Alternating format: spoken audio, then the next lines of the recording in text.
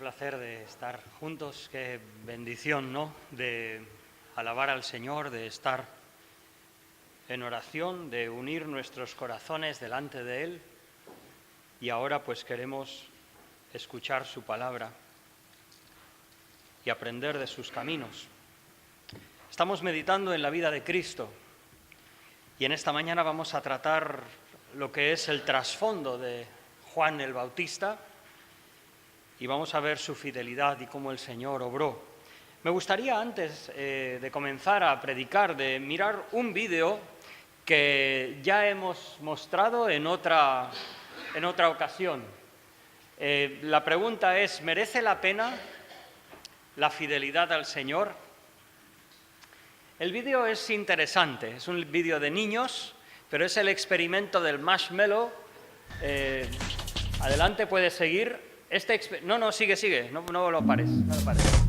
Es un experimento que le dicen al niño que le dan un marshmallow y entonces si espera hasta la segunda vez que venga la persona mayor, le dará otro. Es un experimento para probar la capacidad de esperar y desplazar la recompensa a un futuro. Entonces le dice, quédate aquí, no lo toques, y si no lo tocas, cuando vuelva te daré otro.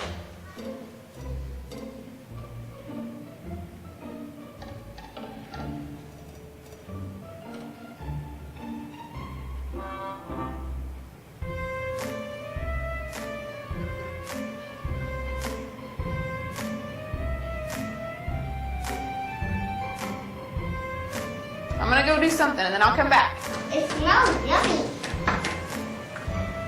It smells really good. Este no lo quiere ni mirar. Lo toca, pero no lo mira. Este sí.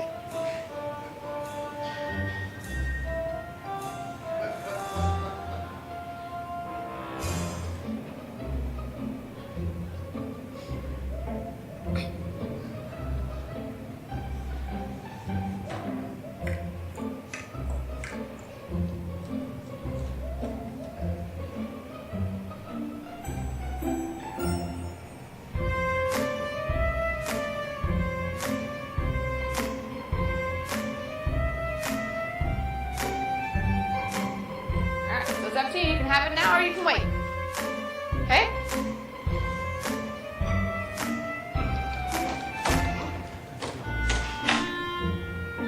I'll be back. Stay in the chair, okay? Okay.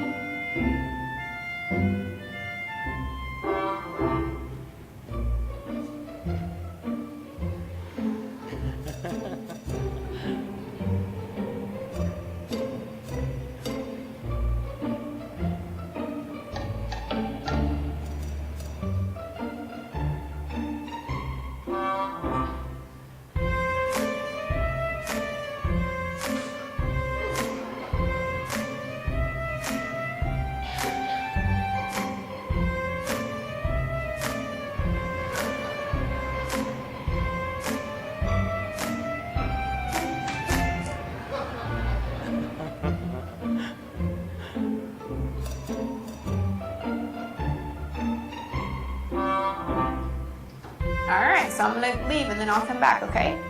So you can either eat it right now or you can wait. Either way, okay? Okay.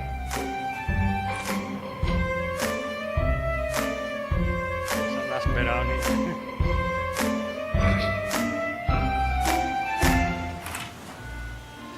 How'd you do? Did you do good? You did? You wanted to eat it, didn't you? Yeah. So did I tell you to give you another one? Okay, now you can have both. You need them.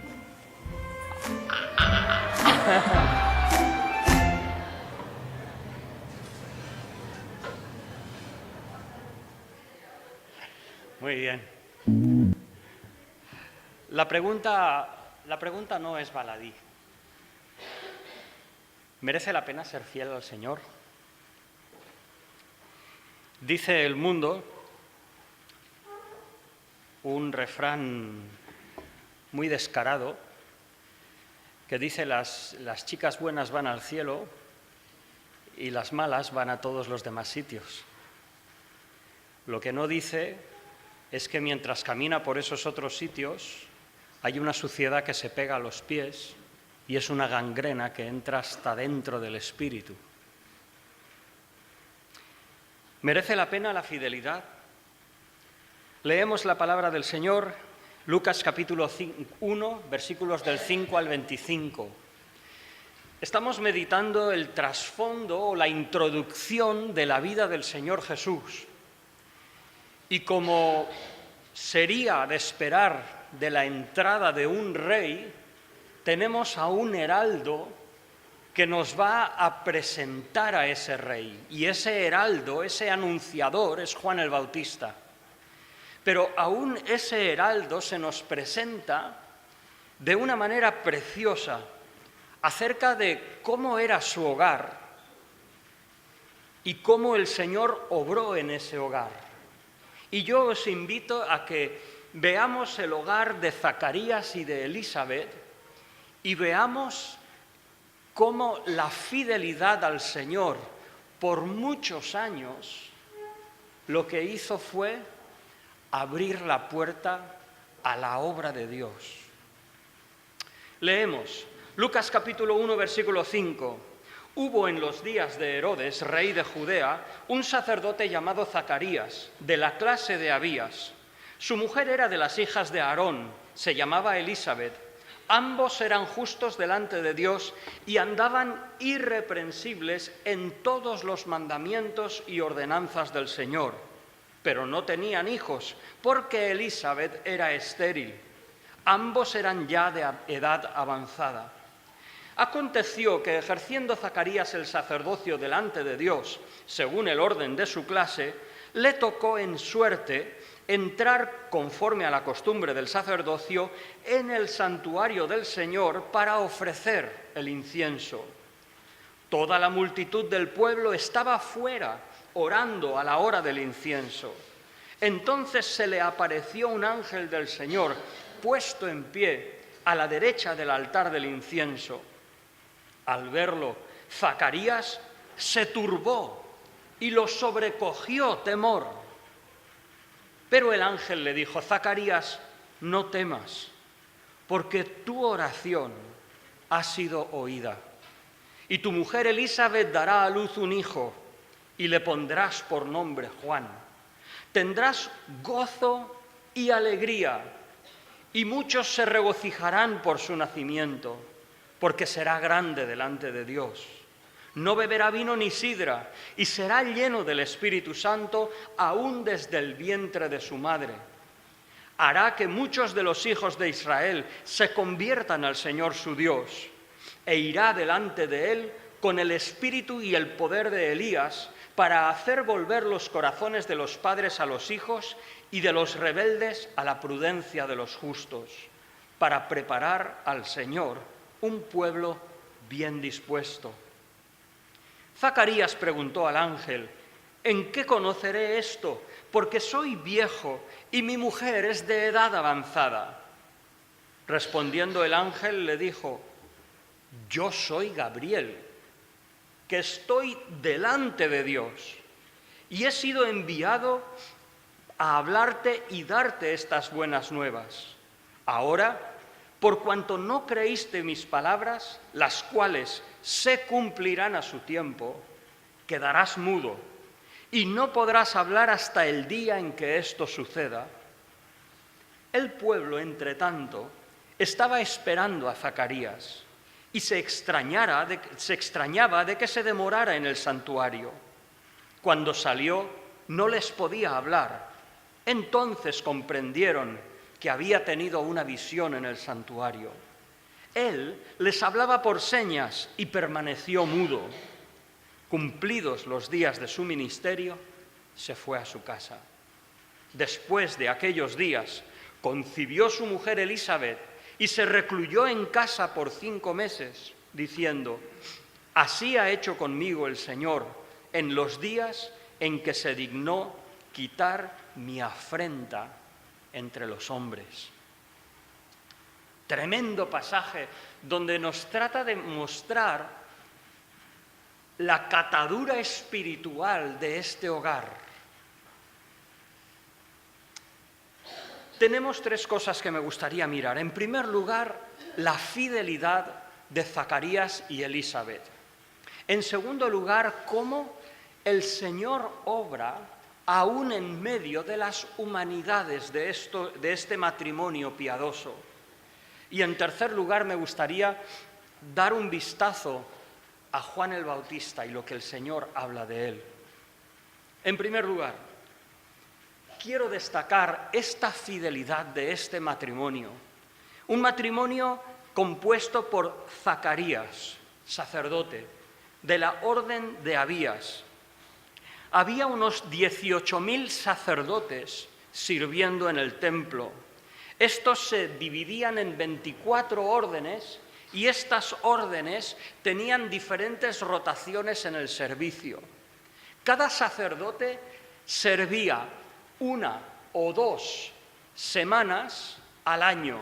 Era 1 o 2 periodos de 1 semana al año según le tocaba. Zacarías ahí estaba.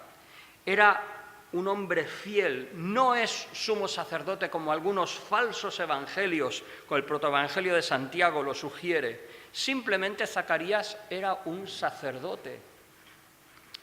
Podremos pensar, como me gustaría destacar en la conclusión, de que Leví, Mateo, el publicano, también era sacerdote, pero probablemente por su nombre de Leví, pero probablemente debido a la cantidad de sacerdotes que había y no había trabajo para todos, Leví se frustró de lo que es la fe judía y se dedicó a cobrar impuestos de parte del Imperio Romano, y ahí estaba sentado en el banco de públicos tributos, considerado como un traidor por su pueblo, y de ahí el Señor le llamó. Pero Zacarías no era así. Zacarías era uno de esos 18.000 fiel al Señor. Dice la Escritura que estaba casado con Elizabeth, que también era hija de Aarón. Zacarías podía haberse casado con cualquier otra mujer de otra tribu. No era un requisito que Zacarías se casara con la hija, o sea, con una mujer que era hija de Aarón también, que era de la misma familia sacerdotal. Pero en ese tiempo se consideraba que eso era una especial bendición. De la misma manera, Elizabeth podía haberse casado con otro hombre y no hubiera pecado. De hecho, es que María se presenta en la Escritura como primas de Elizabeth, y María se casó con José. José no era de una tribu sacerdotal. Entonces, y María no hizo mal por casarse con un hombre fuera de lo que es la familia sacerdotal. Pero aquí tenemos una familia consagrada al Señor, esperando que llegara su momento para servir, esperando esas 2 semanas al año, 1 o 2 semanas, que él podía estar en el templo y servir a su Dios. Dice la Escritura que ambos eran justos delante de Dios, y luego dice también irreprensibles. Pero fijaos lo que dice, que ambos eran mayores y Elizabeth era estéril. Fijaos en las palabras que dice Elizabeth misma: así ha hecho conmigo el Señor en los días en que se dignó quitar mi afrenta. ¿Os imagináis esa fidelidad? Recuerdo una vez una chica, una joven que, comenzando a probar las cosas del Señor, dijo: no, yo lo he dejado porque yo he pedido cosas a Dios, no me las ha dado y no... Y dices, bueno, perdona, Dios no es una máquina expendedora donde tú miras a ver qué tipo de chocolatina o bolsa de patatas quieres, metes la moneda y solo tienes que esperar a que baje. Ese no es Dios, Dios es una relación. Pero a veces Eso es el concepto que algunos tienen de Dios. Dios me tiene que servir, tiene que suplir mis necesidades cuando yo estimo que deben ser suplidas. Pues bien, aquí tenemos este matrimonio fiel al Señor que carga con un reproche durante toda su vida, el reproche de no tener hijos, de ser mirados por los demás, y aquellos que quizás serían piadosos, a lo mejor no dirían mucho, pero a pesar de que esa podría ser la historia de Sara o la historia de otras personas, Ana, madre de Samuel, otros personajes bíblicos que fueron estériles y Dios los bendijo grandemente, queda claro en el contexto que ella cargó durante su vida con la afrenta de que las personas pudieran libremente sospechar y criticar. Mira, estos tan piadosos que se creen, si no tienen hijos, por algo será, como decían los amigos de Job. Les podríamos preguntar, Zacarías, Elizabeth, ¿merece la pena ser fiel al Señor? Creo que nos dirían que sí, sobre todo después del nacimiento de Juan el Bautista. Pero fíjate, a pesar de esa condición de reproche, de afrenta, dice que eran justos no delante de los hombres, sino delante de Dios, que caminaban rectamente, caminaban de una forma coherente con su fe y obediente al Señor. Dice aún que eran irreprensibles en todos los mandamientos y ordenanzas del Señor. O sea, aquí Lucas nos quiere subrayar que no solamente eran obedientes y fieles a las cosas que ellos consideraban importantes, sino que su juicio de lo que realmente era valioso o santo o aquello que merecía la pena eran todas las ordenanzas del Señor. De verdad, qué corazón. Nosotros a veces tendemos a ver qué cosas consideramos más importantes y en esas sí, pero otras a lo mejor las dejamos a los márgenes como si no fueran tan importantes, ¿no? No, el Señor no está en esto. Ah, ¿no? No dice el Señor, ¿en qué escondrijos os esconderéis de mí? ¿No lleno yo, dice Jehová, los cielos y la tierra? El salmista dice delante del Señor, ¿a dónde me iré de tu espíritu? ¿Qué área de mi vida tú no quieres bendecir con tu presencia? Pues hermanos, aquí tenemos a una pareja fiel al Señor, fiel a sus tareas, pero que eran justos delante del Señor y mantuvieron su carácter irreprensible en todas las áreas de su vida. Dios obraba en el silencio. Zacarías significa, aunque era un nombre común en Israel, significa Jehová se acuerda. Y mientras Zacarías estaría esperando su turno para servir al Señor, mientras caminaba obediente a la ley del Señor, acarreando el reproche o el oprobio, la afrenta delante de la gente, llevaba en su nombre que Dios se acuerda. Elizabeth, su nombre se puede entender de dos maneras, o bien mi Dios es por quien yo juro, o mi Dios es fortuna, suerte, dicha. Y en ambas expresiones lo que muestran que es la confianza que tenía Elizabeth en su Dios, su esperanza en Él. Como dice en el versículo 25, así ha hecho conmigo el Señor en los días en que se dignó a quitar mi afrenta entre los hombres. O sea, Elizabeth llevaba con paciencia y esperanza la afrenta de no tener hijos en el pueblo de Israel. Ahora lo que vemos en este pasaje es cómo aún Dios obra en medio de las humanidades, en medio de las cosas que parece que son humanas. En primer lugar dice que sucedió por suertes Es como a veces se decidían algunas cosas en el Antiguo Testamento, incluso en Hechos capítulo 1, para quién iba a suceder a Judas. Era la forma que ellos habían heredado del Antiguo Testamento, que a veces frente a una decisión donde parecía que no había una cosa mejor que la otra, entonces se remitía a las suertes y se entendía que lo que saliera era lo que Dios quería. Y así sucede que Zacarías se encuentra, quizás como única vez en su vida, con la oportunidad de entrar en el lugar santo. En el templo existía lo que es el atrio. Primero había un patio exterior donde podían estar los gentiles, donde estaban los cambistas, vendían cosas, enseñaba también la ley, pero luego se entraba en el recinto propio del templo y estaban en el atrio.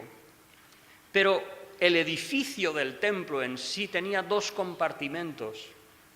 Uno era el lugar santo, y allí solo podrían entrar los sacerdotes pues para cambiar los panes de la mesa de la proposición, para aderezar las lámparas de aceite y para ofrecer incienso.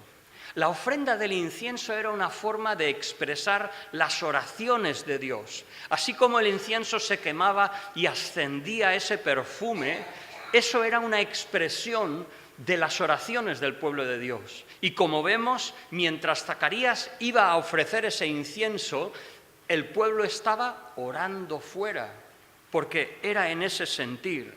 Probablemente era por la tarde. El incienso se ofrecía por la mañana y por la tarde.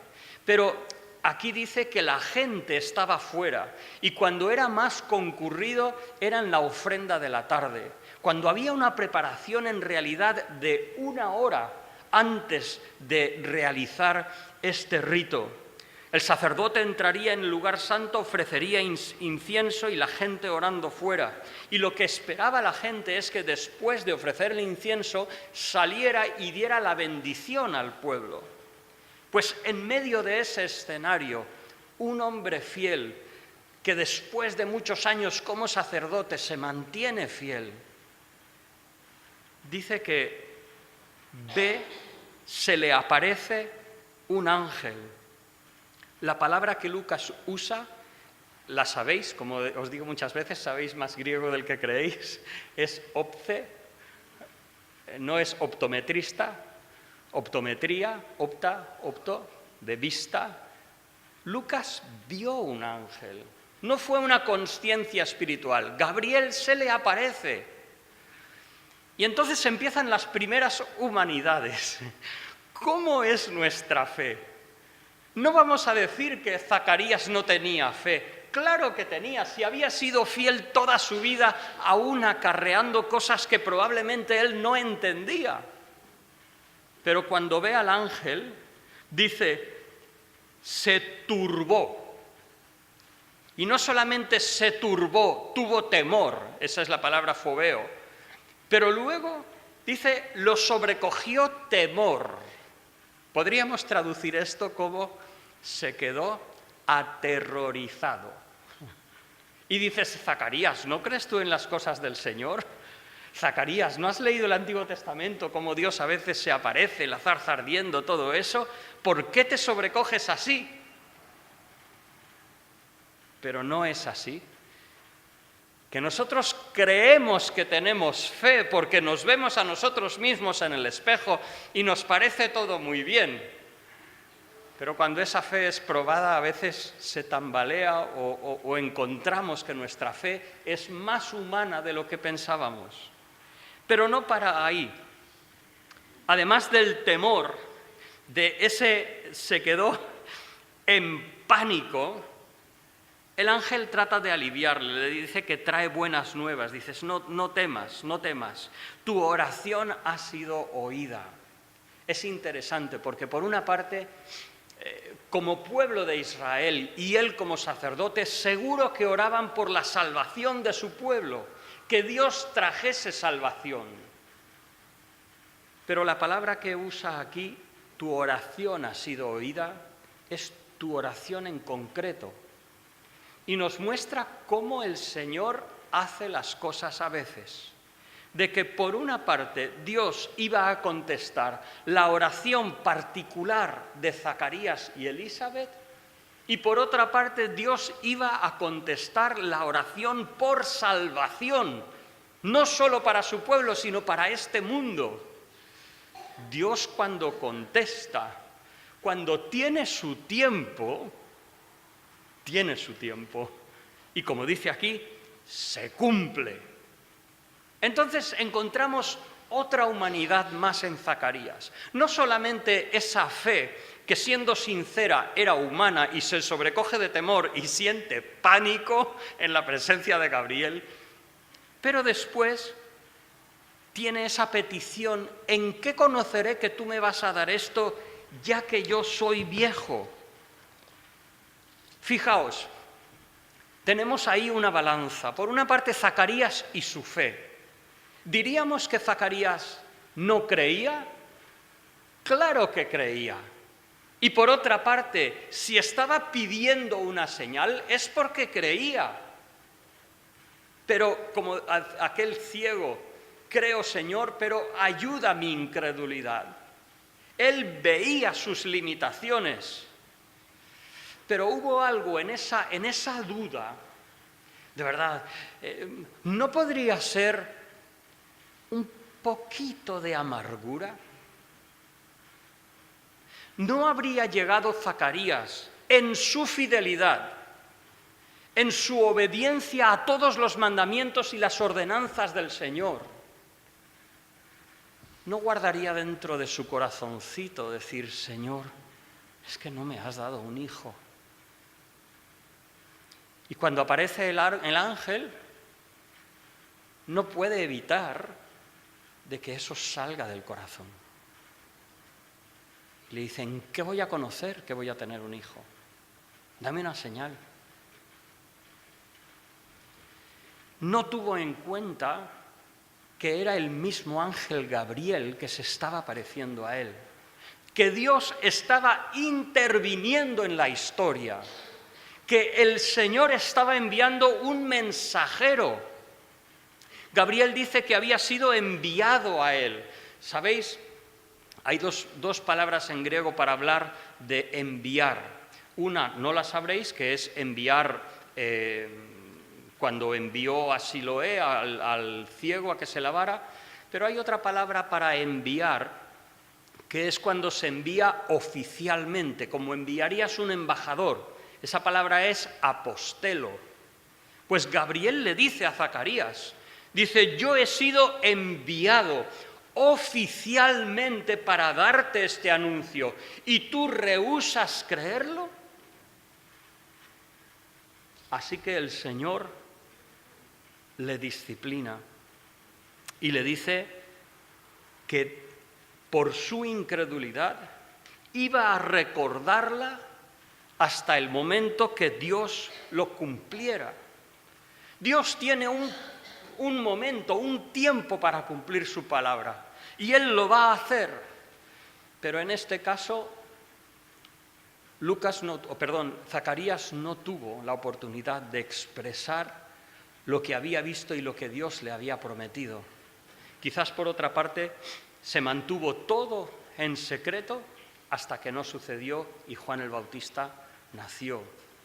Pero, ¿cómo es la fidelidad de este matrimonio? ¿Cómo es su aspecto humano?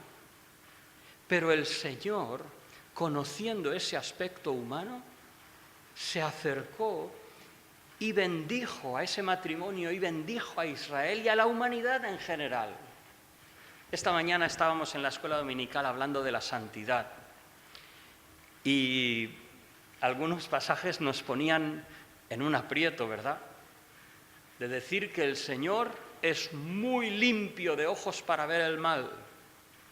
El Señor no puede pasar por alto el pecado, ni porque seamos tal, ni porque seamos cual, ni porque sirvamos en tal cargo, ni porque tengamos tal puesto, ni porque seamos tal reconocido. Entre nosotros sí, que a veces alguien, porque bueno, no pasa nada, pero otro sí que le mantienes ahí la escopeta cargada.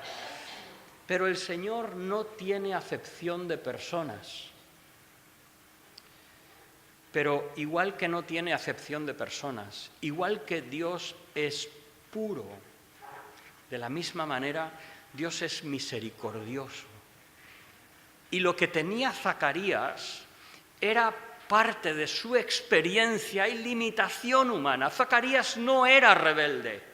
Zacarías era humano y como humano tenía sus limitaciones y su necesidad de crecer. ¿Sabéis, hermanos? Hay una diferencia cuando un creyente simplemente es que necesita crecer, necesita conocer más al Señor, necesita más desarrollarse su vida espiritual.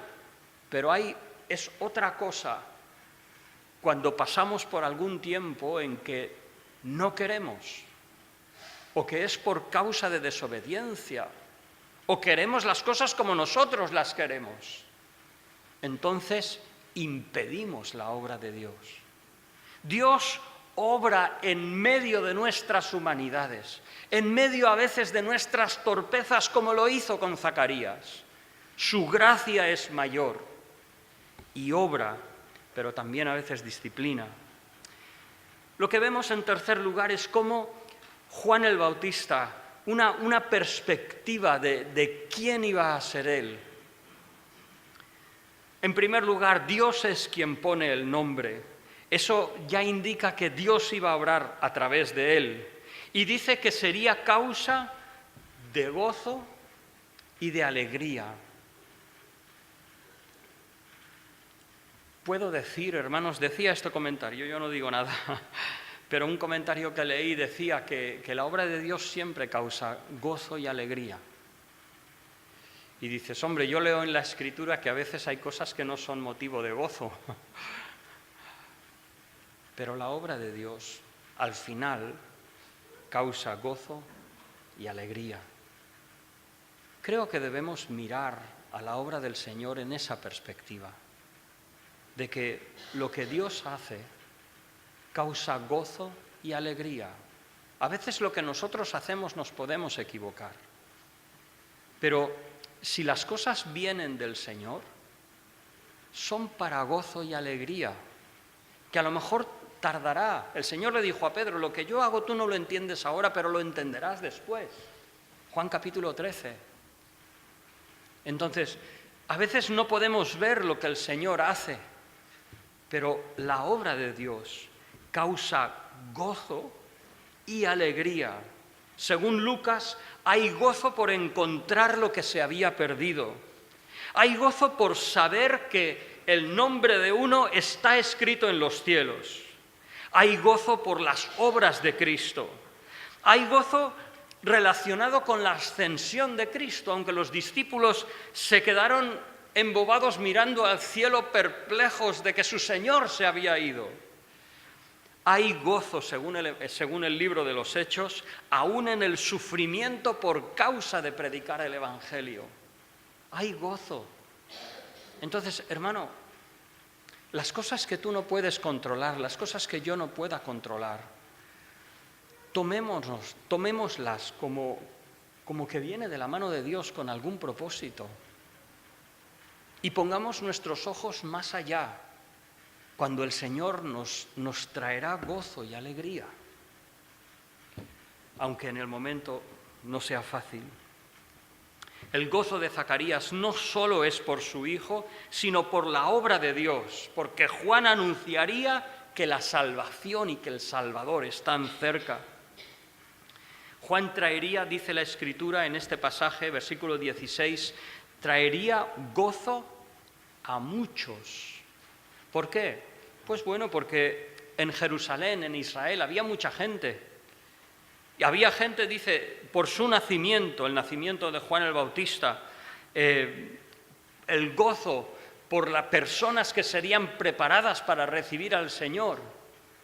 Pero fijaos que es el gozo para muchos. El gozo del creyente que conoce a su Señor, que espera la palabra de su Señor, espera la mano de su Dios, que le guíe, que le ayude, que le fortalezca, le sostenga en medio de la prueba, nos muestre su luz. Me llama la atención sobre todo que dice que Juan sería grande. De hecho, es que en el Evangelio de Juan, capítulo 7, se nos habla de que no habría otro mayor nacido de mujer. ¿Por qué es esto? Pues por el carácter y la obra de este gran profeta. ¿Qué es ser un gran profeta? ¿Qué es ser un gran siervo de Dios? Fijaos que en la lista que vamos a ver no tenemos ni un milagro. Dices, vamos, Juan, hazte algo, ¿no? No. Su ministerio fue más glorioso que cualquier otro profeta. ¿Por qué? Porque anunció la venida del Mesías, porque pudo decir, he aquí el Cordero de Dios que quita el pecado del mundo. ¿Qué profeta pudo decir eso? Fue con el espíritu, el poder de Elías. ¿Para qué? No para levantar a cojos, no para sanar a ciegos, para convertir los corazones de los padres a los hijos, de los hijos a los padres, de los, como dice, de los rebeldes a la prudencia de los justos. El mayor de los profetas fue así, no por milagros. No dijo el Señor, muchos me dirán en aquel día, Señor, en tu nombre profetizamos, en tu nombre echamos fuera demonios y en tu nombre hicimos muchos milagros. Y el Señor, ¿qué les dirá? Apartaos de mí, nunca os conocí, obradores de maldad. Sin embargo, nosotros a veces, como seres humanos, nos impresiona tanto lo que vemos, que cuando vemos un milagro dice, ¡ay, es que lo he visto! Bueno, ojalá veamos corazones convertidos, corazones transformados. Hay 3 frases que describen el ministerio de Juan el Bautista: que iría delante del Señor porque iba a anunciar a Cristo. En segundo lugar, porque iba a volver o convertir el corazón de las personas. Y en tercer lugar, porque iba a preparar un pueblo para el Señor. Iría delante del Señor. La referencia a Elías es explícita. ¿Por qué se conocía a Elías en el Nuevo Testamento, en los Evangelios? ¿Qué pensáis? ¿Por qué se conocía a Elías en el Nuevo Testamento, en los Evangelios? Venga, sí os despierto. ¿Perdón? Bueno, puede ser. Quizás eso es la visión de los doctores de la ley, los escribas y eso. Pero, ¿qué pidieron la gente al Señor, así como Elías? Muéstranos señal del cielo, manda fuego del cielo como lo hizo Elías. Aún sus discípulos, cuando en Samaria no quisieron hospedar al Señor, los discípulos de Jesús le dijeron, Señor, ¿quieres que mandemos fuego que descienda del cielo y los consuma como Elías?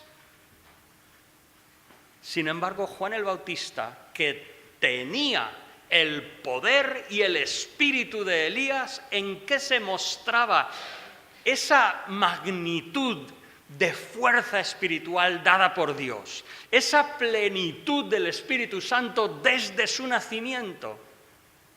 En la conversión de corazones. La conversión de corazones.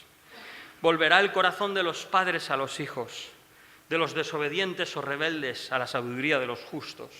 Hay 2 cosas que a veces se toman en este pasaje. A lo mejor quería decir la Escritura que ese pacto que Dios había establecido con los patriarcas ahora se había diluido y el pueblo que estaba era rebelde y tenía que volverse a la fe de sus padres. Es posible. También es posible de que Jesús estaba mirando al judaísmo de su época, que habían transformado la fe judía en una fe de tradiciones de hombres. Y los nuevos, los hijos, querían una piedad más genuina. Y a lo mejor eso es lo que decía, los rebeldes que vuelvan a la prudencia de los justos. De cualquier manera, es el cambio del corazón, lo que es el fruto, la gloria de este profeta. Así que, hermanos, si Dios te usa para, como dice Santiago, el que convierta a un pecador de su camino, si el Señor te usa para llevar el Evangelio a una persona, si tienes el privilegio de ver como un espectador de la gloria de Dios, cómo el mensaje del Evangelio llega a un corazón, lo cautiva, lo trae con esas cuerdas de amor hasta la cruz de Cristo, si tienes el gozo de ver un arrepentimiento sincero y una transformación de corazón, déjame decirte, sin paliativos, sin excusas, has visto quizás uno de los más grandes milagros de Dios en este mundo. Y Juan el Bautista, que no había otro mayor nacido de mujer, esa es la obra que tenía. Pero por otra parte, el Señor le usaría para preparar un pueblo, para aparejar o para restaurar ese pueblo que por tantas situaciones, circunstancias, había caído en la desesperanza, en la lucha personal, en la vindicación de su propio pueblo, pero no con el espíritu correcto, en ese pueblo que había distorsionado la fe que Dios quiso impartir desde Éxodo capítulo 20, desde el monte Sinaí. Esa fe había sido transformada, degradada. Existían los saduceos, por ejemplo, que cuestionaban todo, negaban la resurrección, negaban la promesa que Dios había dado a Israel. Estaban los herodianos, que pensaban que Israel lo que necesitaba era libertad del gobierno, de la presión tributaria de Roma, y pensaba que Herodes, un gran constructor, pues iba a ser la persona que Dios usaba para la transformación. No era, eso no eran características ni esperanzas del pueblo piadoso. ¿Dónde estaban las esperanzas reales?